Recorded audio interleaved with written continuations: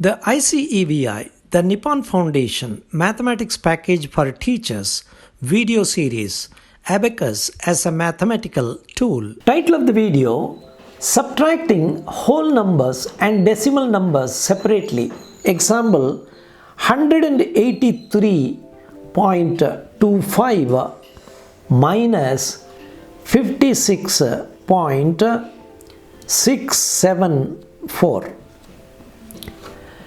We have slightly altered the problem we used in the previous exercise, and the current problem 183.25 minus 56.674 has different digits in the whole number part and also in the decimal part. In the decimal part, we have only 2 digits in the first number and 3 in the second number. And let us see how we can do separate subtractions using these numbers. Let us take the whole numbers first. That is, set 183 on the right extreme of the abacus and set 56 in the left extreme of the abacus. The 56 should be treated as 0, 5, 6 for easy subtraction. Let us subtract 0 from 1 in the hundreds column.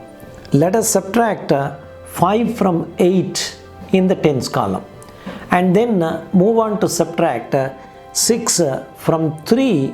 As it is not possible, subtract 1 in the tens column. And we have to add 4 in the units column. That is, add 5 in the upper abacus and clear 1 in the lower abacus, which is giving us the subtracted value as 127. That should be noted separately for further reference. Let us take the decimal parts now for subtraction. Let us clear the values in the abacus. The first number has 2 digits, that is 25, whereas the second number has 3 digits, that is 674. Therefore, we have to treat the first number as 250 and set the same in the right extreme of the abacus. That is, 2 is set in the hundreds column, 5 in the tens column, and 0 in the units column. Now set the second decimal part 674 in the left extreme of the abacus. Now let us commence the subtraction process. In the first stage, we have to subtract 6 from 2, which is not possible.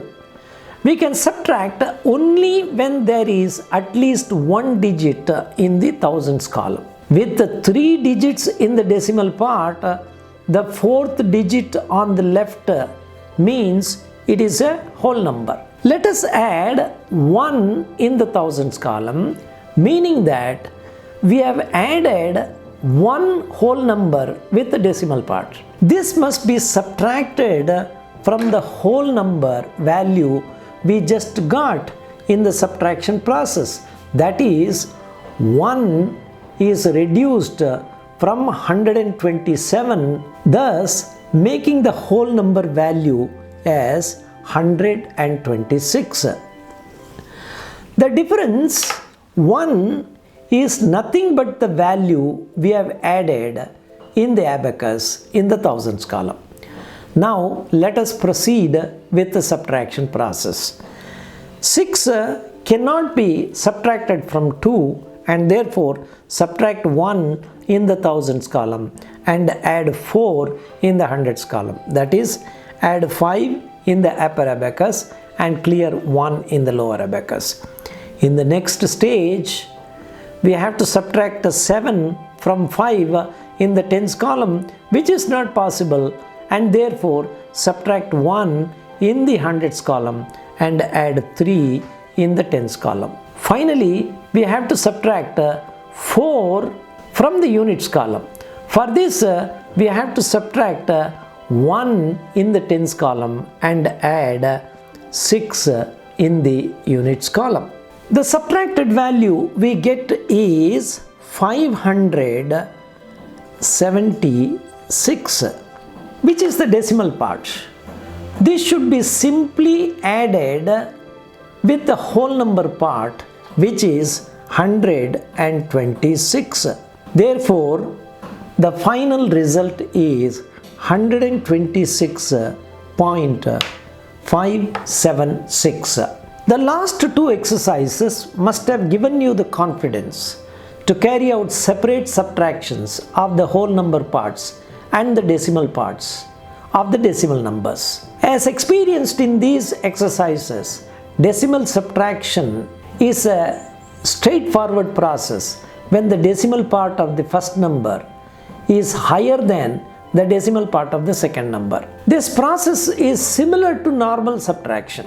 When the second number is larger than the first number, then a whole number should be borrowed for carrying out the subtraction, and this process should be treated carefully so that there is no error committed.